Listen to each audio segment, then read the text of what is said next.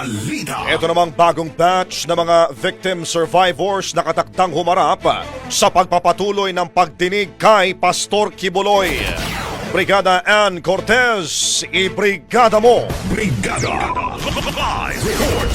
Ibinahagi ni Senadora Risa Hontiveros na sa loob ng 7 buwang suspensyon sa pagdinig sa kaso ni Apollo Kibuloy ay mayroong mga victim survivors na nagsilapit sa kanila upang magtestigo. Kaso na nito, asahan na umano ng publiko sa paparating na October 23 ang pagharap na mga ito kasama na ang mga nauna na nagtestigo sa kanilang komite. Samantala, nang matanong naman tungkol sa pagdating ni Kibuloy, ay sinabi ng senadora na susubukan nilang sumulat sa korte tulad ng ginawa nila sa ibang resource speaker. Ito ay upang hingi ng permiso naman ito sa pagpapadalo. In the heart of changing lives, ito si Brigada Ann Cortez ng 105.1 Brigada News FM Manila, the Music and News Authority. Brigada Balita Nationwide.